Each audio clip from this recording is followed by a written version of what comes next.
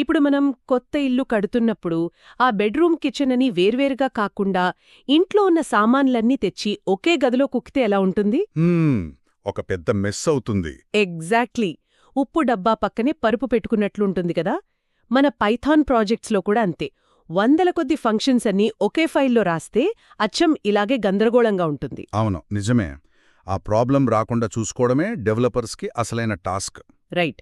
So ఈ రోజు మన డీప్ డైవ్లో పెద్ద కోడ్ బేస్ని ఒక ప్రొఫెషనల్ లాగా ఎలాంటి గందరగోళం లేకుండా ఎలా ఆర్గనైజ్ చేయాలో విశ్లేషిద్దాం. ఖచ్చితంగా. అంటే ఈ ప్రాబ్లం సాల్వ్ చేయడానికి పైథాన్ వాడే మొదటి అస్త్రం ఏంటంటే మాడ్యూల్స్. ఓకే. సింపుల్గా చెప్పాలంటే కోడ్ని చిన్న ముక్కలుగా విడగొట్టి వేర్వేరు .పై ఫైల్స్లో పెట్టుకోవడం అన్నమాట. అంటే మనకి కావలసిన ఒక స్క్రూ డ్రైవర్ని పెద్ద టూల్ బాక్స్లోంచి సపరేట్గా తీసుకున్నట్లు కదా. థర్డ్ పార్టీ ప్యాకేజీలు పిప్ ద్వారా ఇన్స్టాల్ చేసుకోవచ్చు. అయితే ఇక్కడ బిగినర్స్ చాలా మంది ఒక తప్పు చేస్తుంటారు. ఫ్రమ్ మాత్ ఇంపోర్ట్ స్టార్ అని వాడేయడమే కదా. అవును, ఆ స్టార్ వాడేస్తే అందులో ఉన్నదంతా ఒకేసారి వచ్చేస్తుంది. నిజానికి నేను ఒకప్పుడు టైపింగ్ తగ్గించుకోవడానికి ఆ స్టార్ ఇంపోర్ట్స్ వాడేడాన్ని.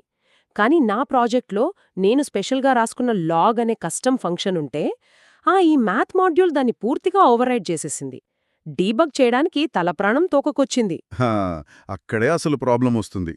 బ్యాక్గ్రౌండ్లో ఏం జరుగుతుందంటే దాన్ని మనం నేమ్ స్పేస్ కాన్ఫ్లిక్ట్ అంటాం. స్టార్ పెట్టినప్పుడు అందులో ఉన్న ఫంక్షన్స్ అన్నీ డైరెక్ట్గా మీ కరెంట్ ఫైల్లోకి వచ్చి పడతాయి. ఓహో, అంటే పైథాన్కి ఒకే పేరుతో రెండు ఫంక్షన్స్ కనిపించేసరికి కన్ఫ్యూజ్ అవుతుందా? ఎగ్జాక్ట్లీ. రీసెంట్గా ఏది ఇంపోర్ట్ అయితే పాతదాన్ని చెరిపేసి దాన్నే ఉంచేసుకుంటుంది. అందుకే math.log అని క్లియర్గా పిలవాలి. అప్పుడు నేమ్ స్పేస్ ప్రాబ్లం రాదు. రైట్. అంటే ఒక రద్దీ గదిలో రవి అని గట్టిగా అరిస్తే నలుగురు వెనక్కి తిరుగుతారు. అదే మార్కెటింగ్ టీం రవి అంటే ఏ కన్ఫ్యూజన్ లేకుండా ఆ ఒక్కడే వస్తాడు. భలే చెప్పారు. అయితే ఇదంతా చిన్న ప్రాజెక్ట్స్కి బాగుంటుంది. ప్రాజెక్ట్ ఇంకా పెద్దది అవుతున్నప్పుడు ఇలాంటి వందలాది మాడ్యూల్స్ తయారవుతాయి.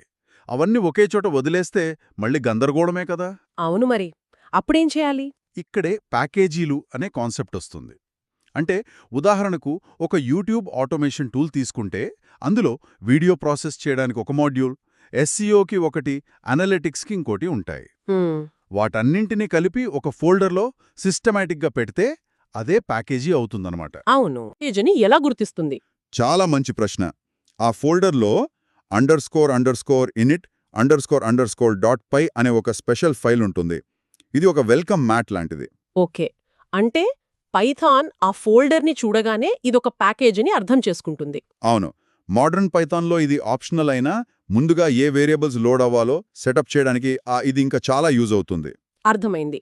అయితే ఈ ప్యాకేజీల లోపల మాడ్యూల్స్ ఒకదానికొకటి ఇంపోర్ట్ చేసుకునేటప్పుడు ఈ సర్క్యులర్ ఇంపోర్ట్స్ అనే పెద్ద ఎర్రర్ వస్తుంది కదా. అంటే ఏ ఫైల్ బిని అడిగి బి మళ్ళీ ఏని అడిగితే ఎలా? కోడ్ క్రాష్ అవుతుంది కదా. అవును, ఆ లూప్లో చిక్కుకున్నప్పుడు ఇంటర్ప్రెటర్ ఆగిపోతుంది. కానీ అది పైథాన్ తప్పు కాదు, మన ఆర్కిటెక్చర్లో డెవలపర్ చేసే ఫ్లా అన్నమాట. కొన్నిసార్లు రెండు ఫైల్స్ మాట్లాడుకోవాల్సి వస్తుంది. మరి దీన్ని ఎలా సాల్వ్ చేయాలి అంటారు? సింపుల్. ఆ రెండు ఫైల్స్కి కావాల్సిన కామన్ లాజిక్ని తీసి ముచ్చటగా ఒక మూడో ఫైల్లో గట్టాలి. పైగా ఫుల్ పాత్తో అబ్సల్యూట్ ఇంపోర్ట్స్ వాడితే ఏ మాడ్యూల్ ఎక్కడి నుంచి వస్తుందో క్లియర్గా తెలుస్తుంది. రైట్.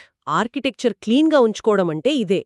మరి ఇన్ని ఫైల్స్ ఉన్నప్పుడు ఫైనల్ ప్రాజెక్ట్లోకి పంపే ముందు ఒక చిన్న మాడ్యూల్ని సపరేట్గా టెస్ట్ చేయాలంటే ఆ ఒక్క ఫైల్ రన్ చేస్తే ప్యాకేజీ మొత్తం రన్ అయిపోతుంది కదా. అక్కడే మనం if name equal to main అనే మ్యాజిక్ కండిషన్ వాడతాం. ఓహో, అది ఎలా పనిచేస్తుంది? మనం ఒక ఫైల్ని డైరెక్ట్గా రన్ చేస్తే పైథాన్ బ్యాక్గ్రౌండ్లో దానికి మెయిన్ అని పేరు పెడుతుంది. అదే ఇంపోర్ట్ చేస్తే దాని ఒరిజినల్ పేరే ఉంటుంది. సో ఆ కండిషన్ వాడటం వల్ల ఆ కోడ్ కేవలం టెస్టింగ్ అప్పుడు మాత్రమే రన్ అవుతుంది. వావ్. అంటే ఒకే ఫైల్ ఒక స్టాండ్ అలోన్ స్క్రిప్ట్ లాగా అలాగే మాడ్యూల్ లాగా డ్యూయల్ రోల్ ప్లే చేస్తుందన్నమాట. చాలా పవర్ఫుల్ ఫీచర్ ఇది. అవును, కోడ్ ఎంత పెరిగినా కంట్రోల్లో ఉంచడానికి ఇదొక గ్రేట్ సిస్టమ్. నిజమే. సో మొత్తానికి చూసుకుంటే ప్రాజెక్ట్ సైజ్ని బట్టి చిన్నవాటికి మాడ్యూల్స్, పెద్దవాటికి ప్యాకేజీలు. అయితే ముగించే ముందు నాదొక క్వశ్చన్.